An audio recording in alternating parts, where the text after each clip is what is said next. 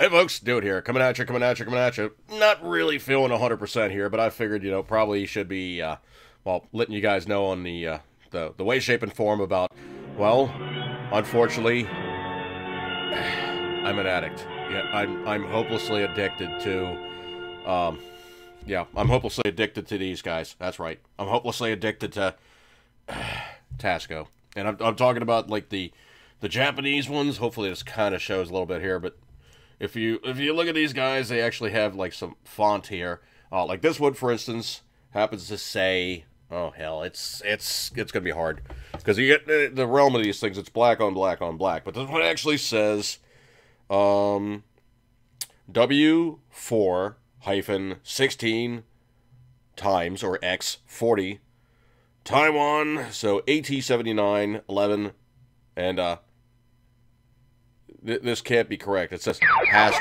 pending. Not pat pending, but past pending. Alright, so what do we actually have here? We actually have here a second jet, and it actually does have the little sticker underneath. You guys can kind of see that. So it does actually have the little inspection sticker underneath, which tells you that this guy is the straight poop. You know, like right there, that little sticker right there that you find underneath the turrets that tell you that essentially this thing was inspected. Because Tasco never ever built their own stuff. They just didn't do that, okay? So, anyway, the way, shape, and form is essentially the way these guys actually worked was Tasco hired out first to Japanese companies, and then to Taiwanese companies, and then finally the company was sold. Early 2000s, I think, the gentleman finally sold the company. It started up back in the latter 50s or very early 60s or something. And it started out as an optics company, and the guy was like, okay, where am I going to get my stuff from? Well, post-war Japan was cheap. So he was getting post-war Japanese optics, which were good. I mean, never ever slight the Japanese for making bad optics because they're just good. I mean, they always actually intended their stuff to be good.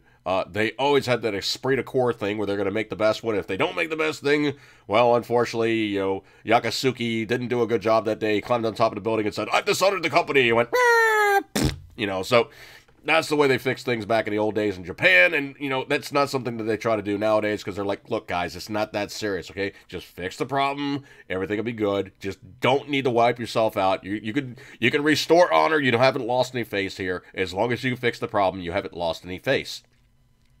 That said, this thing came up on Gunbroker with the actual OK mount. I think it's a B square mount. It's a one piece. It's a little strange in the way it's actually built because it actually has like a partial roll pin here as the stop that goes into the slots on the actual scope mount itself. And you know what? Actually, it's nice enough. It actually does say B square on the side. So this is a B square mount. The B square stuff is decent. I think they actually put it on backwards. I think it's actually supposed to be flipped in the other orientation, and it's supposed to be the other way around because this is supposed to be butted up against this. So you have full access to your magnification ring. But it is an adjustable objective target scope. So, being in the not huge amount of power, but 4-16 is very, very usable. I rather like the fact that you have the adjustments, and you can play with the focus and remove parallax, and, you can do all this stuff on the fly.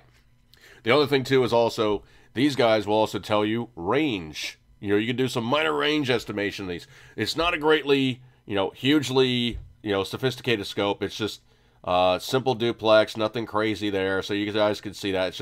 It's simple, fat, skinny, dual duplex. So you can kind of do some range estimation, but you have to get the range card to figure out what's the width between the stadia for the thick to the thin. And you can kind of do some range estimation on this thing. As it sits, I'm just going to flip the mount around and play and jigger with it and what have you. But I think this is going to wind up being on one of my flat top ARs because it is a very nice scope. Case in point, by and large, these things are actually good shooters. The Taiwanese stuff, maybe not quite as great as the quality of the Japanese scopes, but by and large, the Taiwanese stuff is light years ahead of the Chinese. Because right now, the Chinese only make good stuff when you tell them, look, guys, if you make crap, the shipment's going right back to you. We don't appreciate crap. If you send us a load of crap and you have like 3 good ones out of a shipment of 10,000, we're going to pick the 99,000 or the 9,997 or whatever the amount is. If you ship us 10,000 and only 3 are good, you're getting the whole shipment back because we know that you sent us a load of doggy-doo. So case in point, the Taiwanese stuff, and I know I've reiterated these before in like previous videos and whatnot, but sometimes when these things pop up on a good price, I just can't resist. Now, the only thing that's really kind of missing here is, you know, it's missing the little rubber objective guy, so maybe I might put it on a lighter recoiling gun, or I might find a parts scope, take the rubber off of that, and just pop that on there and, you know, be done with it. But the length, depth, and breadth of this thing essentially is, it's still a good shooter. You know what, maybe it might wind up on one of my 22s, but, you know, I seem to have the thing now where I'm finding these 4x16s with adjustable objectives, which aren't near as nice as the 6x24s. There's still a decent target scope, and the power range is decent. Just scoping out one of my neighbor's roof lines, and it's dead on good, okay? It needs to get cleaned. Obviously, somebody finger sexed, and I'm going to use the appropriate term here, they finger sexed the objective. You know, obviously they monkey fingered everything, you know, so they basically were touching everything that they shouldn't have been touching. But, you know, aside from a couple small cosmetic things, I mean, there's no major clamp marks on it. The anodizing still is pretty much intact. It has honest wear, okay? I'm not going to ever fault something for having just simple honest wear. It's got like a score mark on here. It's got a couple scrapes on it. Obviously, dude either dropped the thing, bumped the thing, or put it into a gun bag or a gun closet or a gun safe or something. But, you know, it's all honest wear that, truthfully, is not any big of a detractor. And I don't know why I'm talking like that. But it's not that big a deal to find something with some honest wear on board that still does everything you need to do. Now, the other thing, too, is I need to actually put this thing on something and shoot the box. Now, what that means is essentially you take all the adjustments and you figure in a rough 0. Then what you do is you start playing with the elevation, and you basically take a shot, adjust, tap it, tap it, tap it, take a shot, tap it, take a shot, tap it, tap it. And what you're doing by that tapping is you're verifying that the adjustments are coming into play. Now, better scopes, you don't need to tap it. On some of these older ones, it's just something that just, you know, it's just like a habit I've picked up, and it tends to work. You basically just tap, tap, tap, tap, and you basically kind of shake the erector and everything, and it falls into the new line of sighting, and you basically go bang, shoot, bang, shoot, bang, shoot, bang, shoot. And all you're doing is you're just doing adjustments. So bang, shoot, bang, shoot, bang, shoot, bang, shoot. Then you come over to this one, and you go right. Bang, shoot, bang, shoot, bang, shoot, bang, shoot, bang, shoot. You know, and then you go down. Bang, shoot, bang, shoot, bang, shoot, bang, shoot, bang, shoot. Then this one you go left. Bang, shoot, bang, shoot, bang, shoot, bang, shoot, bang, shoot. So basically you literally have shot a box. Now, if you're doing your part and your weapon is accurate enough and your scope is honest, you'll literally see a, a square of bullet holes, and your scope will tell you it is actually tracking and it's actually aiming correctly when you play with the adjustments. Is it a huge amount of technology to actually do all that? No, but it's something that will show you that the scope is repeatable, it's adjustable, and it does work as intended. The other thing, too, is also always, and this is one of these huge ones right off the bat, it should never, ever have any condensation on the inside. If it has condensation, read like water, read like somebody went squeak, squeak, squeak, took off something and let all the outside air in there and drew out all the nice dry nitrogen that was filling this thing previously and loaded it up with moisture. Just walk away from the deal, because it's not going to be good. All right, so at this point, I'm hopelessly addicted.